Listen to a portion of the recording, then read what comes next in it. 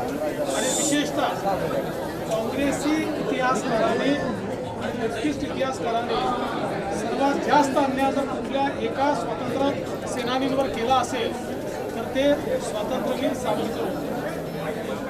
आणि त्यांची जी खरी कहाणी आहे, त्यांचं जे खरं कॉन्ट्रीब्युशन आहे, या सिनेमाच्या माध्यमातून संदीप पुराजींनी ते आपल्यापर्यंत आणलेलं आहे. आणि मला आज याचा अधिक आनंद आहे की हिंदीमध्ये रिलीज झाल्यानंतर लोकांना तो आवडत असताना त्यांनी मराठीमध्ये देखील तो आणला.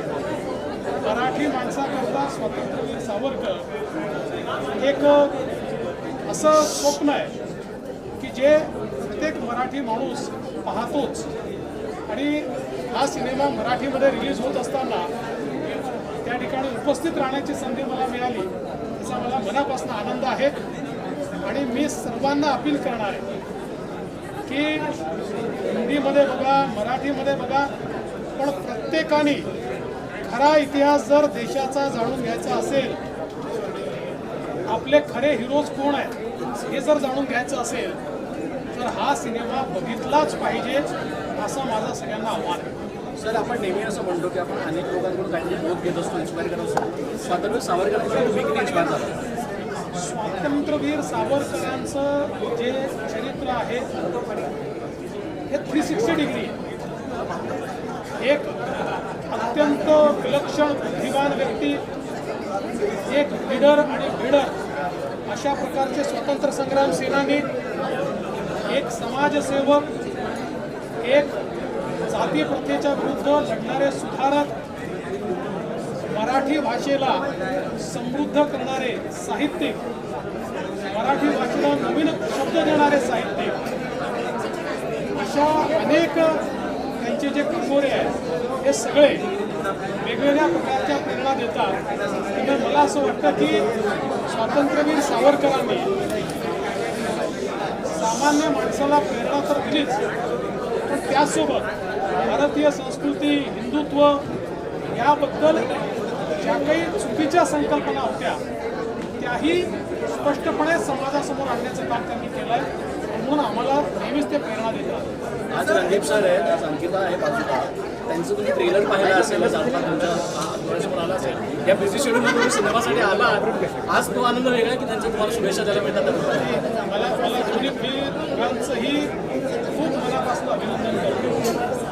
बघा, एक तर आजच्या कमर्शियल युगामध्ये अशा प्रकारचा सिनेमा बनवण्याची संकल्पना ही देखील एक विलक्षण आहे. आणि तीही स्वातंत्र्यवीर सावरकरांवर संदीप पुरांनी पुढाकार घ्यावा हा देखील मला असं वाटतं एक विलक्षण अशा प्रकारचा घटना आहे. आणि या दोघांनी त्या सगळ्या भूमिकांना इतका सुंदर न्याय दिला आहे की प्रत्यक्ष असं वाटतं की आपण त्या कालखंडात पोहोचलो. अतिशय इम्पॅक्टफुल ज्याला आपण म्हणू शकतो तशा प्रकारचं असं. सर, एक तर महत्त्वाचं म्हणजे तुम्ही एक स्वतः गृहमंत्री आहात. स्वातंत्र्यवीर सावरकरांमध्ये असे कुठले डिफेन्सचे त्यांचे गुण आहेत जे आपल्याला व्यक्तिशः भावतात आणि जे तुमच्या वाचनामध्ये आलेले आहेत? मी सगळंच त्यांचं वाचलेलं आहे. मला असं वाटतं की त्यांना काही शब्दांमध्ये त्यांची व्याख्या करणं, डिफाईन करणं अतिशय कठीण आहे. त्यांचे जातीउच्छेदक निबंध जर आपण बघितले तर त्यांनी जातीप्रथा का आली आणि त्यांनी कसा आपला नाश केला आणि ती कशी दूर केली पाहिजे याबद्दल त्यांचे विचार हे विलक्षण आहे. विज्ञान अधिष्ठित त्यांनी जे लेखन केलेलं आहे, जीवनामध्ये कुठलीही गोष्ट, धर्म असेल किंवा विचार असेल, याच्या पाठीमागचं विज्ञान काय आणि ते विज्ञान संपल्यामुळे आम्ही कसे गुलाम झालो या संदर्भात त्यांनी जे विचार मांडलेले आहेत, मला असं वाटतं सगळंच प्रेरक आहे. आणि आपल्याला याची कल्पना देखील आहे की क्रांतिकारकांची एक फळी ही त्यांनी तयार केली. जोसेफ मॅझिनीचं चरित्र लिहिल्यानंतर त्यांनी जी प्रेरणा त्यांनी उभी केली आणि त्यानंतर ते पहिले व्यक्ती होते की ज्यांनी इंग्रजांचा नरेटिव्ह संपवला की 1857चं युद्ध हे शिपायांचं बंड नव्हतं, तर भारतीय स्वातंत्र्याचं पहिलं समर्थ्य होतं. त्यामुळे काउंटर नरेटिव्ह हा कसा उभा करता येतो हे देखील त्यांनी आपल्याला शिकवलं. पण महाराष्ट्रासाठी राहुल गांधी यांना तिकीट थांबवलं जाणार ऐका ना सर ऐका ना. राहुल गांधी हा सिनेमा पाहायला येत असतील तर माझ्या खर्चाने मी पूर्ण थिएटर बुक करीन आणि त्यांना एकट्याला पाहण्याकरता थिएटरमध्ये पूर्ण व्यवस्था करून देईन.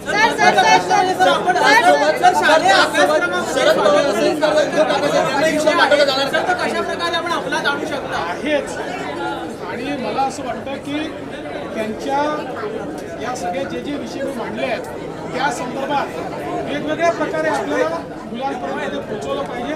पण मी असं म्हणतो की आजच्या परिस्थितीचं सगळ्यात पॉवरफुल माध्यम काय आहे तर ते सिनेमा आहे. हे माध्यम खऱ्या अर्थानं जास्तीत जास्त लोकांपर्यंत पोहोचतं, युवा पिढीपर्यंत पोहोचतं.